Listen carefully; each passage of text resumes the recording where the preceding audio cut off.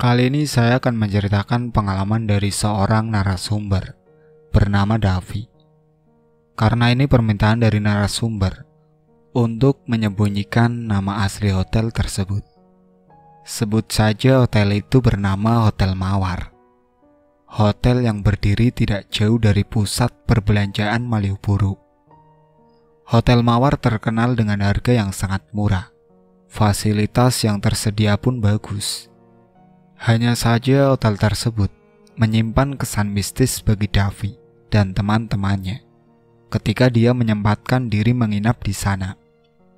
Kejadian ini berkisar tahun 2013 akhir, ketika sedang padat-padatnya para pelancong untuk berlibur di daerah istimewa Yogyakarta. Davi dan teman-temannya tidak berpikir panjang mengenai ruang penginapannya. Mereka baru kepikiran ketika hari sudah tengah malam. Akhirnya, Davi dan teman-temannya mendatangi sebuah hotel yang bentuknya seperti rumah besar biasa pada umumnya. Di sana juga penduduk sangat sedikit. Bersebelahan dengan itu, daerah sekitar dari hotel itu dipenuhi rerumputan dan pohon-pohon. Sungguh aneh jika ada hotel di tempat yang seperti itu. Namun karena sudah ketanggung tengah malam, akhirnya mereka pun memesan 2 kamar. 1 kamar untuk Davi dan teman laki-lakinya. 1 lagi untuk teman-teman perempuannya. Setelah masalah administrasi telah selesai, mereka pun menuju kamar yang telah ditentukan. Letak antara kamar Davi dan kamar teman-teman ceweknya itu berjarak 1 kamar darinya.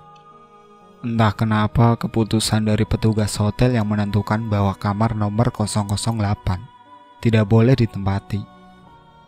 Mereka kira di kamar 008 terdapat tamu yang memesannya.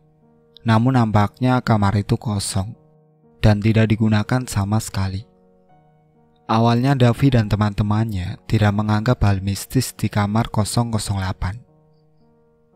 Namun ketika mereka sedang bercanda ria di depan kamar masing-masing, petugas hotel mendatanginya sambil mengucapkan sesuatu. "Mas, sudah tengah malam. Aturan di hotel ini, ketika sudah tengah malam, tidak boleh berisik, karena ada tamu istimewa yang datang," ucap petugas hotel tersebut. Davi dan teman-temannya sempat bingung siapakah tamu yang menempati kamar 008 di antara kamarnya dan juga kamar teman-teman perempuannya. Jadi Davi dan teman laki-lakinya ada di kamar 007 dan teman-teman perempuannya ada di kamar 009. Tepat jam 1 dini hari, mereka pun masuk ke kamar masing-masing. Mereka memutuskan untuk tidur. Namun parahnya, teman Davi yang bernama Adam, dia menonton situs porno ketika Davi dan teman-temannya tertidur. Hal yang menakutkan pun terjadi. Kamar Davi, yakni kamar 007, diketuk dengan keras seperti ketukan debt collector yang menagih hutang. Ketukan itu sangat keras hingga membuat Adam terkejut dan mematikan handphonenya. Padahal lagi puncak-puncaknya Adam waktu itu. Adam menutupi tubuhnya dengan selimut, lalu menyalakan handphonenya lagi. Parahnya, Adam menonton video situs porno lagi dan melanjutkan melakukan hal yang biasa dilakukan orang-orang ketika menonton situs porno. Lagi-lagi pintu kamarnya diketuk dengan ketukan yang sangat keras. Ketukan itu bahkan membuat Davi dan teman-teman lainnya terbangun karena merasa terganggu dengan ketukan itu. "Siapa sih?" tanya Davi. "Gak tahu, dari tadi juga ngetuk-ngetuk pintu. Padahal aku lagi nonton." "Nonton apaan lu?" tanya Davi. "Biasalah, kan cowok normal," jawab Adam sambil tersenyum. Parah lu Dam, tengah malam kayak gini masih aja nonton begituan. Awas, kali aja ada yang gak suka sama kayak ginian," ucap Davi. "Maksud lu apaan?"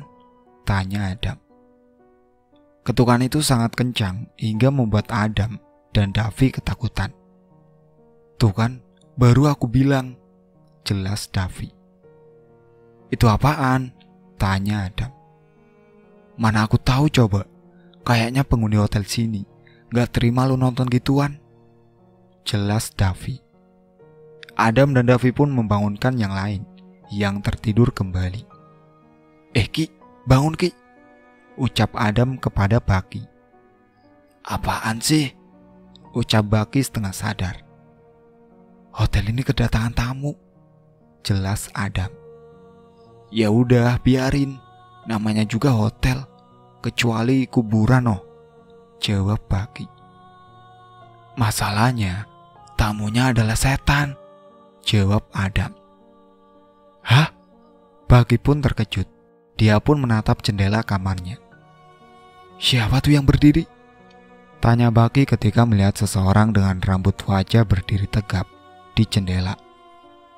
Keadaannya waktu itu gelap, jadi tidak bisa melihat dengan jelas. Sosok itu berdiri tegak, tingginya kira-kira 2 meter. Seluruh bulu kuduk Adam, Baki, dan Davi bangun dengan seketika.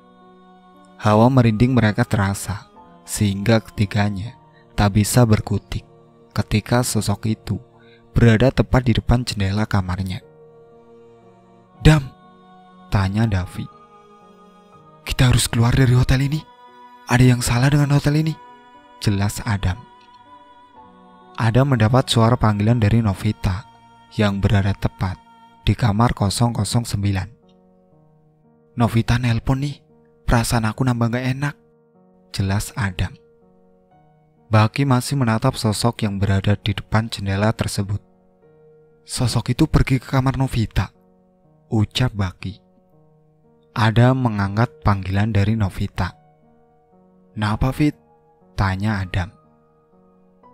Tolong kami, please. Dari tadi pintu kamar digedor-gedor sama orang asing. Dia masih berdiri di depan kamar, ucap Novita dengan nada ketakutan. Baik, kami bakal nolongin kalian. Yang penting tenangin dulu, jelas Adam. Adam menutup telepon dari Novita. Dia menatap wajah Davi dan Baki. Gimana Dav? Tanya Adam. Kita nggak tahu siapa yang ganggu mereka, tapi bisa jadi petugas hotel ini lebih tahu tentang sosok yang mengganggu mereka, ucap Davi. Baki menuju ke arah pintu kamar sendirian. Dia seperti ditarik oleh sesuatu agar keluar dari kamar dan menyelamatkan Novita serta teman-temannya. Ki, mau kemana? Tanya Davi. Baki hanya terdiam. Dia pun mulai membuka pintu tersebut dan berjalan perlahan menuju arah kamar 009. Davi dan Adam langsung mengejar Baki. Mereka berdua berusaha menghentikan Baki. Terdengar sayup-sayup suara langkah dari arah belakang mereka. Tubuh Baki berhenti tepat di kamar 008. Ki, mau kemana? Tanya Davi. Tubuh aku digerakin sendiri, Dam. Suara langkah kaki itu makin jelas dan semakin dekat dengan mereka. Davi dan Baki segera menengok ke arah belakang tubuhnya. Ketika mereka menengok ke belakang, betapa terkejutnya mereka menatap dengan jelas sosok tubuh tinggi 2 meter lebih dengan kedua mata yang sudah tidak ada. Lalu dari mulutnya keluar lidah yang menjulur seperti ular, dan kedua tangan yang menggenggam seperti hendak membunuh mereka bertiga. Ki, itu siapa? Tanya Adam. Baki hanya terdiam. Namun karena ketiganya menghalangi jalan, Baki pun menyuruh keduanya untuk mundur beberapa langkah ke belakang untuk menjauhi kamar 008 yang dimaksud. Begitu Baki dan yang lainnya mundur, sosok itu masuk ke dalam kamar dengan menembus pintu yang terkunci rapat. Kejadian yang aneh dan mengerikan itu dilihatnya dengan kedua mata mereka sendiri. Dav, malam ini juga kita harus ganti penginapan. Di sini adalah penginapan khusus tamu yang tidak kasat mata, ucap Baki. Maksudnya? Hotel ini adalah hotel berhantu, jelas Baki. Adam dan Davi terkejut mendengar itu. Tidak selang berapa lama, mereka bertiga mendengar suara Novita dan teman-temannya sedang menangis. Adam dan yang lainnya langsung mengetuk-ngetuk pintu kamar Novita sambil mengatakan bahwa mereka sudah datang. Novita langsung membukakan pintu tersebut. Alangkah terkejutnya Baki ketika melihat teman-teman Novita sudah tak berdaya, seperti orang yang sudah menyerah. Mereka telah merapikan seluruh pakaiannya untuk bisa kabur dari hotel tersebut. "Aku gak mau nginep di sini," ucap Novita. "Kita keluar dari hotel ini sekarang juga." Davi dan Adam langsung menyeret dua teman Novita, sembari membawa seluruh barang-barangnya. Begitu juga mereka bertiga, Davi, Adam, dan Baki, harus cepat mengambil seluruh barang bawaannya. Ketika mereka melewati kamar 008, mereka menahan suara, tangisan, langkah kaki, agar tidak berisik, dan mencoba untuk tidak membangunkan penghuni kamar 008 yang terdapat sosok aneh dengan tinggi lebih dari 2 meter itu. Mereka berenam segera pergi dari hotel malam itu juga. Para petugas yang berjaga sebenarnya telah melarang mereka untuk pergi. Namun lagi-lagi, Baki merasa kalau hotel yang diinapinya adalah hotel berhantu.